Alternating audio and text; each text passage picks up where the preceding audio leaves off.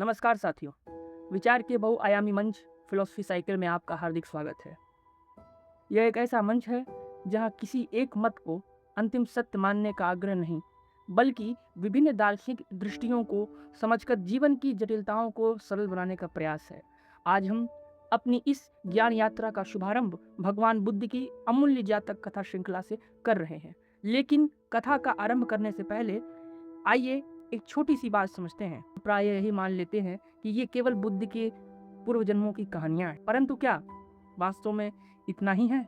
नहीं, यही वो बात है जो जातक कथाओं को असाधारण बनाती है। प्रत्येक जातक कथा की शुरुआत वर्तमान में घटी किसी घटना से होती है। किसी व्यक्ति की भूल, किसी का प्रश्न, किसी का अहंकार, किसी की दुविधा या जीवन की कोई ऐसी परिस्थिति जिसका समाधान सहज दिखाई नहीं देता। यही कारण है कि जातक कथाएं केवल अतीत का इतिहास नहीं, ये हमारे वर्तमान का दर्पण है।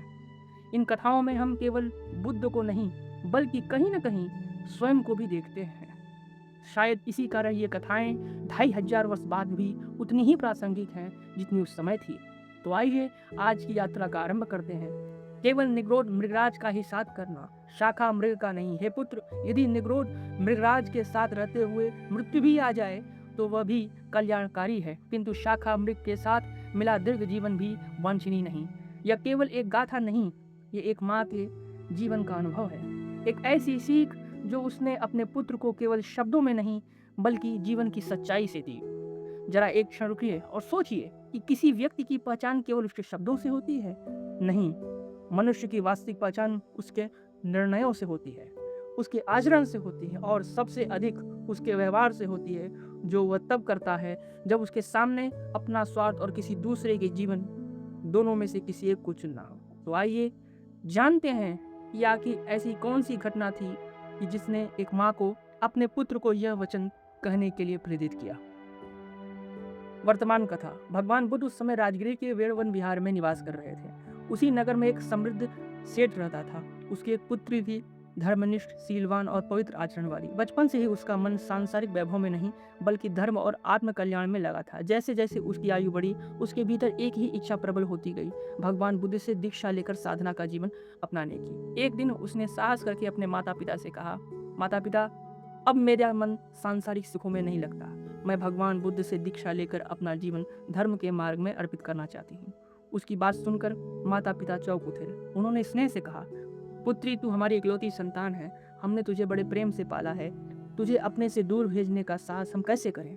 हमें क्षमा कर, हम तुझे इसकी अनुमति नहीं दे सकते। शायद जीवन में कभी ऐसा मोड़ आपके सामने भी आया हो, जब आपके मन की सच्ची इच्छा को आपके अपने ही लोग स्वीकार न कर सके हो। उस कन्या के जीवन में भी ऐसा ही एक कठिन मोड़ आया था।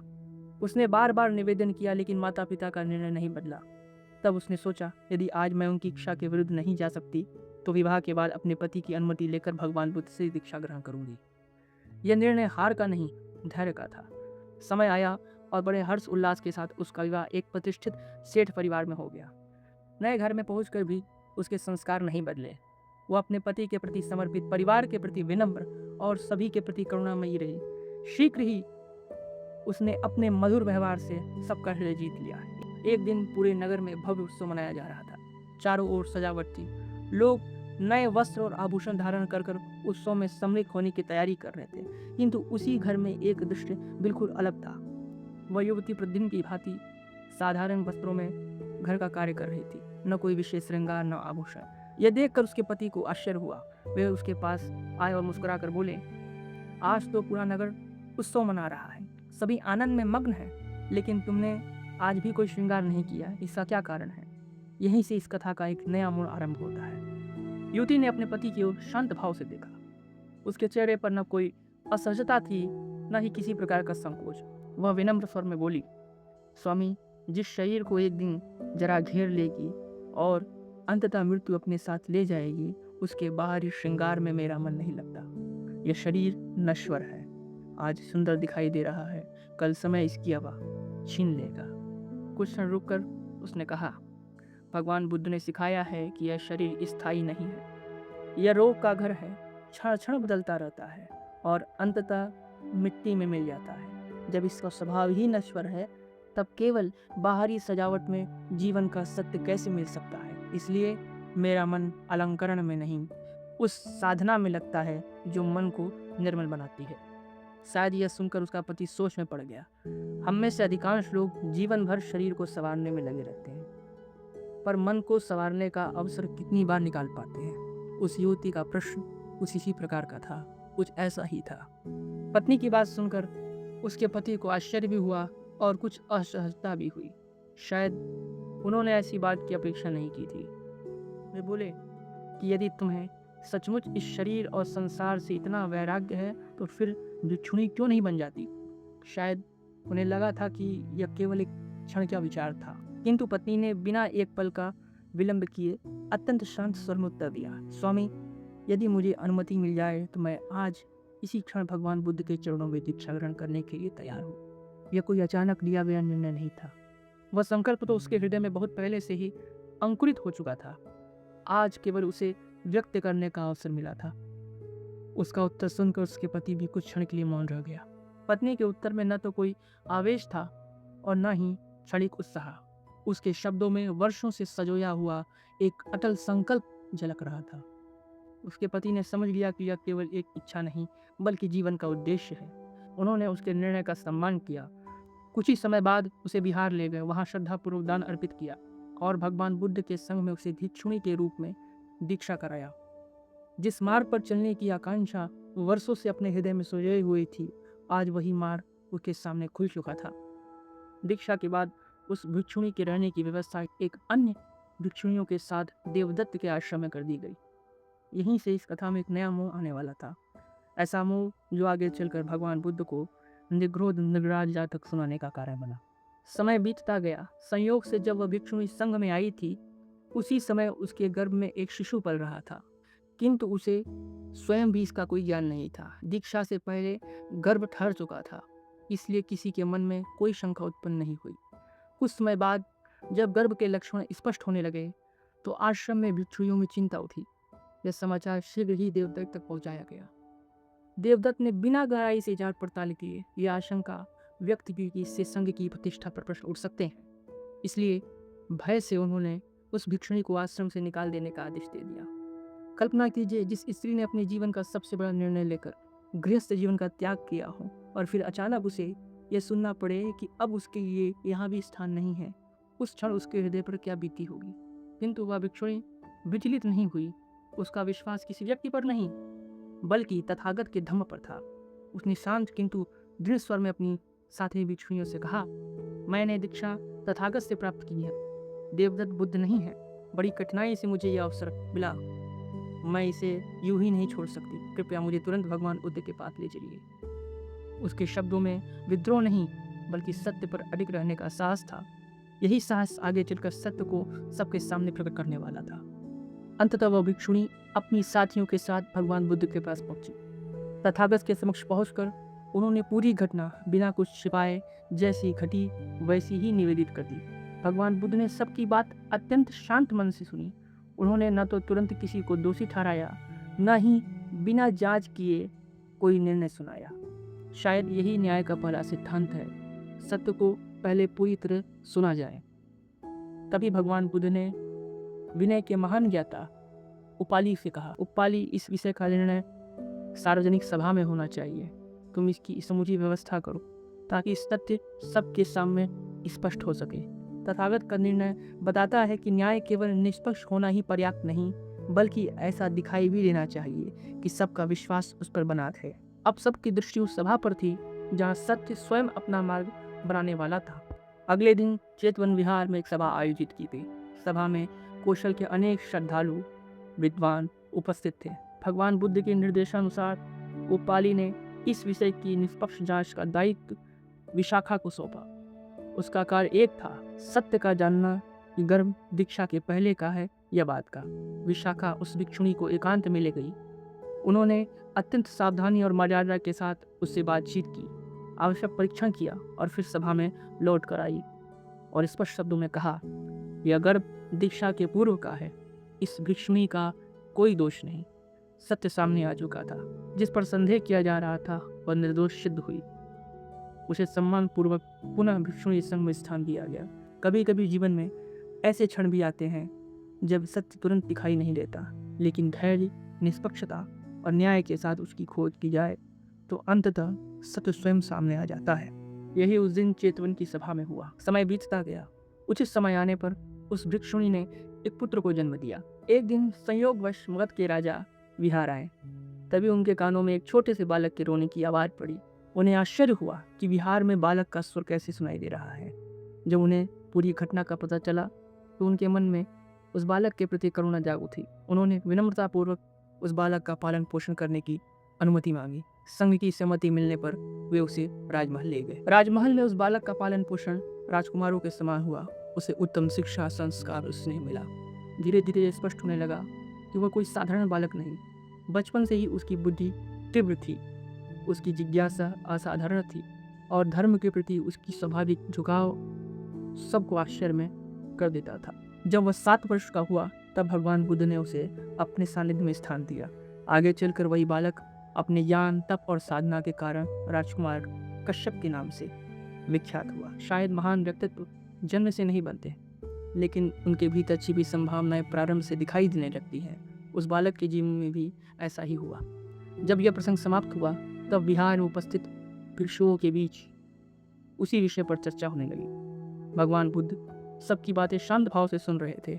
तब उन्होंने कहा, भिक्षुओं, यह पहली बार नहीं हुआ कि तथागत ने माता और पुत्र दोनों की रक्षा की हो। पूर्व जन्म में भी एक ऐसा अवसर आया था जब 2 प्राणियों की रक्षा करते करते असंख्य जीवों का कल्याण हुआ था। बुद्ध भगवान के ये शब्द सुनते ही सभा में गहरा मौन छा गया। शायद वहाँ उपस्थित प्रत्येक व्यक्ति जानना चाहता था कि वह कौन सी घटना थी जिसने करुणा को केवल एक परिवार तक नहीं बल्कि समस्त जीव जगत तक पहुंचा दिया। तब भगवान बुद्ध ने अपने पूर्व जन्म की एक अद्भुत कथा सुनाना आरंभ किया। भगवान बुद्ध ने कहा, भिक्षुओं, यह बहुत पुराने समय की बात है। उस समय काशी पर राजा ब्रह्मदत्त का शासन था। उसी काल में बोधिसत्व ने एक अद्भुत मृग के रूप में जन्म लिया। वह कोई साधारण मृग नहीं था। उसका शरीर मानो तपे हुए स्वर्ण की भांति चमकता था। उसकी आंखें रत्नों की तरह तेजस्वी थी और उसके सिंह चांदी के समान उज्जवल थे और उसका स्वरूप इतना मनमोहक था कि जो भी उसे देखता उसकी दृष्टि उस पर ठहर जाती। शायद आपने भी कभी ऐसा व्यक्तित्व देखा होगा जिसकी पहचान उसके वैभव से नहीं बल्कि उसकी तेज, शांत और सौम्यता से होती है। निग्रोध मृगराज का प्रभाव कुछ ऐसा ही था। उसके साथ 500 मृग और मृगियों का एक विशाल झुंड रहता था। सभी उसे आदरपूर्वक निग्रोध मृगराज कहकर पुकारते थे। उसी वन में कुछ दूरी पर मृगों का एक और बड़ा झुंड रहता था। उसका नेतृत्व भी एक स्वर्णिम मृग करता था जिसे लोग शाखा मृग के नाम से जानते थे। यहीं से उस कथा का आरंभ होता है जो केवल 2 मृगों की कहानी नहीं बल्कि नेतृत्व, करुणा और धर्म का भी कथा है। काशी के राजा ब्रह्मदत्त को आखेट का अत्यंत शौक था। अवसर मिलने पर वे राजकाज छोड़कर जंगल की ओर निकल पड़ते थे और घंटों मृगों का शिकार करते थे। धीरे धीरे इसका प्रभाव पूरे राज्य पर पड़ने लगा। राजा के बार बार आखेट पर चले जाने से अनेक राजकीय कार्य रुक जाते थे। प्रजा ने सोचा, यदि ऐसा ही चलता रहा तो राज्य का कार्य प्रभावी होगा। क्यों न ऐसा उपाय किया जाए कि राजा को जंगल तक जाने ना पड़े। तब उन्होंने एक योजना अपनाई। राजकीय उद्यान में हरी भरी घास बोई गई, स्वच्छ जल के सरोवर बनाए गए और उसे मृगों के रहने योग्य बना दिया गया। इसके बाद लोग जंगल पहुंचे और अनेक मृगों को हाँकते हुए उद्यान में ले आए। जैसे ही उद्यान का विशाल फाटक बंद हुआ, उन निरीह प्राणियों की स्वतंत्रता भी उसी के भीतर कैद हो गई। शायद आपने भी कभी ऐसा अनुभव किया हो कि बाहर से सब कुछ सुंदर दिखाई दे लेकिन भीतर स्वतंत्रता ना हो। वो उद्यान भी कुछ ऐसा ही था। घास थी, पानी थी, पर खुला वन नहीं था। कुछ समय बाद राजा ब्रह्मदत्त स्वयं उस उद्यान में पहुंचे। वहाँ उनकी दृष्टि एक स्वर्णिम मृग पर पड़ी। उसका तेज, उसकी शांति और उसका दिव्य स्वरूप देखकर राजा विस्मित हो गए। उन्होंने उसी क्षण आदेश दिया, इस स्वर्णिम मृग का वध कभी नहीं किया जाएगा। वह स्वर्णिम मृग कोई और नहीं, स्वयं निग्रोध मृगराज थे। किंतु इससे अन्य मृगों का भाग्य नहीं बदला। राजा प्रतिदिन धनुष बाण लेकर उद्यान में आते और शेष मृगों का शिकार करते। स्वर्णिम मृग स्वयं तो सुरक्षित थे पर उनके सामने प्रतिदिन उनके साथियों का जीवन समाप्त हो रहा था। यह पीड़ा आगे चलकर उन्हें एक ऐसा निर्णय लेने के लिए प्रेरित करने वाली थी जिसने इतिहास में करुणा का एक नया अध्याय लिख दिया। अपने साथियों को प्रतिदिन मृत्यु के मुख में जाते देख निग्रोध मृगराज का हृदय करुणा से भर उठा। उन्होंने समझ लिया कि यदि कोई उपाय न किया गया तो एक एक करके सभी मृग समाप्त हो जाएंगे। उन्होंने शाखा मृग को बुलाया और कहा, यदि प्रत्येक दिन राजा स्वयं शिकार करने आएंगे तो अनेक मृग भय और भगदड़ में व्यर्थ ही मारे जाएंगे। इससे अच्छा है कि हम स्वयं एक व्यवस्था बना लें। प्रतिदिन हमारे दोनों झुंडों में से बारी बारी एक एक मृग स्वेच्छा से वध स्थल पर चला जाएगा। इससे अनावश्यक हिंसा भी रुकेगी और बाकी मृग भय से मुक्त रहेंगे। शाखा मृग ने इस प्रस्ताव को स्वीकार कर लिया। जब यह व्यवस्था राजा तक पहुंची तो उन्होंने भी इसे मान लिया और प्रतिदिन शिकार करने के लिए वन में आना छोड़ दिया। फिर एक दिन वो क्षण आया जिसने इस कथा को अमर बना दिया। उस दिन शाखा मृग के झुंड की एक गर्भवती मृगी की बारी थी। वो कांपते हुए शाखा मृग के पास पहुंची और विनम्र स्वर में बोली, मृगराज, आज मेरी बारी है, लेकिन मैं गर्भवती हूँ। यदि आज मैं वध स्थल पर गई तो मेरे साथ मेरे गर्भ में पल रही जननी जीव भी समाप्त हो जाएगी। यदि संभव हो तो आज मेरे स्थान पर किसी दूसरे मृग को भेज दीजिए। शिशु के जन्म के बाद मैं स्वयं अपनी बारी आने पर चली जाऊंगी। उसकी बात सुनकर शाखा मृग का मन नहीं बदला। उसने कठोर स्वर में कहा, नियम सबके लिए समान है। यदि आज तुम्हारे लिए नियम बदल दिया गया तो फिर यह व्यवस्था नहीं चल पाएगी। तुम्हें अपनी बारी पर जाना ही होगा। कभी कभी जीवन में नियम और करुणा आमने सामने खड़े दिखाई देते हैं। उस दिन भी यही हुआ। शाखा मृग का उत्तर सुनकर मृगी निराश हुई, लेकिन उसने आशा का साथ नहीं छोड़ा। उसे स्मरण आया कि उसी वन में एक और मृगराज हैं, निग्रोध मृगराज, जिनकी पहचान केवल स्वर्णिम शरीर से नहीं बल्कि उनके करुणामय हृदय से भी है। वह तुरंत उनके पास पहुंची और अपनी सारी व्यथा सुनाई। मृगी की बात सुनकर निग्रोध मृगराज ने बिना एक क्षण गवाए, बहन, तुम निश्चिंत होकर जाओ, तुम्हारे स्थान पर मैं दूसरी व्यवस्था करूंगा। उनके स्वर में ऐसा विश्वास था कि मृगी का भय उसी क्षण दूर हो गया। वह आश्वस्त होकर अपने आश्रय की ओर लौटे, किंतु उस समय किसी को नहीं याद था कि निग्रोध मृगराज की दूसरी व्यवस्था का अर्थ क्या है। अगले दिन प्रातःकाल वधिक प्रतिदिन की भांति वध भूमि पहुंचा, किंतु उस दिन वहां का दृश्य देखकर वह स्वयं स्तब्ध रह गया। जिस स्थान पर किसी साधारण मृग के आने की प्रतीक्षा थी, वहां शांत और निडर भाव से स्वयं मृगराज खड़े थे। वधिक अपनी आंखों पर विश्वास नहीं कर पा रहा था। वह बिना देरी किए राजा ब्रह्मदत्त के पास पहुंचा और विनम्रतापूर्वक बोला, महाराज, आज वध भूमि पर स्वर्णिम मृग निग्रोध मृगराज खड़े हैं। उनके वध का आपने स्वयं निषेध किया था। क्या निग्रोध मृगराज स्वयं वध भूमि पर? वे तुरंत ही हाथी पर सवार हुए और शीघ्र ही वध स्थल पर पहुंच गए। वहां उन्होंने देखा कि निग्रोध मृगराज पूर्ण शांति के साथ खड़े थे। उनके मुख पर न भय था, न घबराहट, न ही अपने प्राणों को बचाने का कोई प्रयास। शायद यही सच्चे साहस की पहचान है, जब मनुष्य या कोई भी प्राणी कठिनतम परिस्थिति में भी अपने धैर्य को न खोए। राजा उनके समीप आए और आश्चर्य से बोले, हे मृगराज, मैंने तुम्हें अभयदान दिया था, फिर तुम आज स्वयं इस वध भूमि पर क्यों आए हो? आखिर ऐसा क्या हुआ कि तुमने अपने ही प्राण संकट में डाल दिए? अब वो उत्तर मिलने वाला था जो केवल राजा का ही नहीं बल्कि पूरे राज्य का हृदय बदलने वाला था। निग्रोध मृगराज ने अत्यंत शांत स्वर में राजा की ओर देखा और बोले, हे राजन, कल एक गर्भवती मृगी मेरे पास आई थी। उसकी बारी वध भूमि पर जाने की थी। उसने मुझसे कहा, यदि आज मैं मारी गई तो उसके साथ उसके गर्भ में पल रहा एक और निष्पाप जीव भी समाप्त हो जाएगा।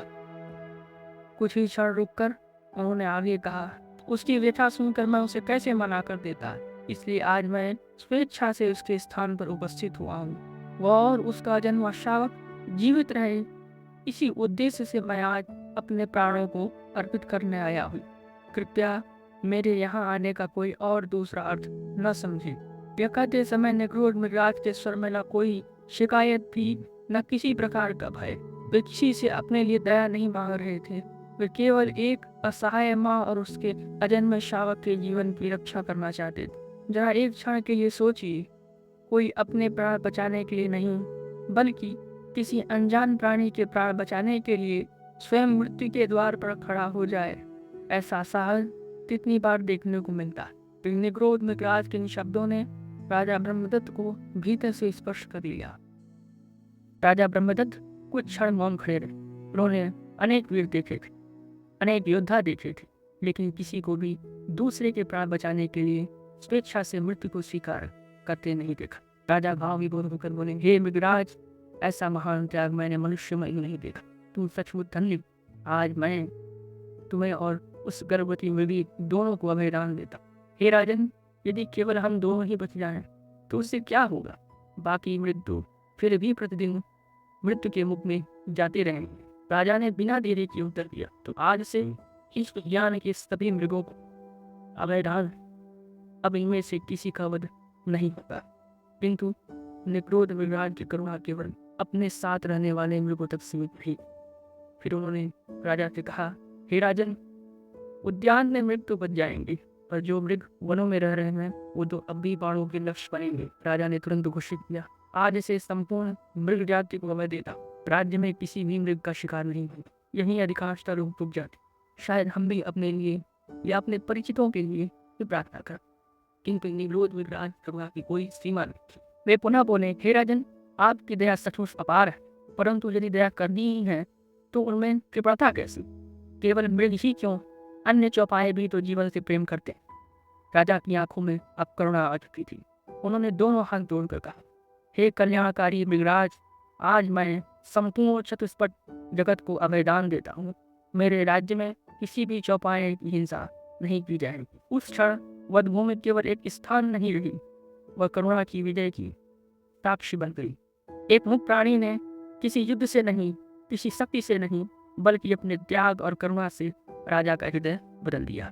हे राजन, केवल चौपायों तक की दया क्यों सीमित रहे? जल में रहने वाले जीव, आकाश में उड़ने वाले पक्षी, इस धरती पर रहने वाले सभी प्राणी भी तो जीवन से प्रेम करते। राजा ब्रह्मदत्त का हृदय पूरी तरह परिवर्तित हो चुका था। उन्होंने घोषणा किया, आज से मेरे राज्य में जलचर, थलचर, नभचर सभी प्राणी अभय हैं। किसी भी जीव की निरर्थक हिंसा नहीं की जाएगी। इसके बाद निक्रोध मृगराज ने राजा को पंचशील का उपदेश दिया। राजा ने श्रद्धापूर्वक उसे स्वीकार किया और करुणा से भरे हृदय से अपने महल को लौट गए। उधर निक्रोध मृगराज भी अपने समस्त अनुयायियों सहित पुनः वन की ओर लौट गए। अब वह वन पहले जैसा नहीं था। वहाँ भय की नहीं, स्वतंत्रता की सांस बह रही थी। कुछ ही समय बाद उस गर्भवती मृगी ने एक सुंदर शावक को जन्म दिया। जब वह बहुत बड़ा हुआ तब उसकी माँ ने उसे यही कथा सुनाई और कहा, पुत्र, जीवन में यदि कभी संगति चुननी पड़े तो निक्रोध मृगराज जैसे करुणामय और धर्मनिष्ठ का साथ चुनना। उसके साथ मृत्यु भी कल्याणकारी है, किंतु स्वार्थी नेतृत्व के साथ मिला लंबा जीवन भी श्रेष्ठ है। भगवान बुद्ध ने कथा का समापन करते हुए भिक्षुओं से कहा, भिक्षुओं, अब इस कथा के पात्रों को पहचानो। उस समय का शाखा मृग आज का देवदत्त था। उस समय का काशी का राजा आज मेरा प्रिय शिष्य आनंद है। उस समय की गर्भवती विधि यही भिक्षुणी है जिसकी रक्षा के लिए यह प्रसंग उत्पन्न हुआ। उसका शावक आज का राजकुमार कश्यप है, और उस समय करुणा के मार्ग पर चलने वाला निग्रोधन मृगराज मैं स्वयं था। और अब ये प्रश्न हमारे सामने है, यदि कभी जीवन हमें शक्ति और करुणा में से किसी एक को चुनने का अवसर दे तो हम किसका चयन करें? यही है निग्रोध मृगराज जातक, एक ऐसी कथा जो आज भी उतनी ही जीवंत है जितनी भगवान बुद्ध के समय थी। अब यह प्रश्न हमारे सामने है, जब जीवन हमें केवल अपने हित और सबके हित में से किसी एक को चुनने का अवसर देगा तो हमारा निर्णय क्या?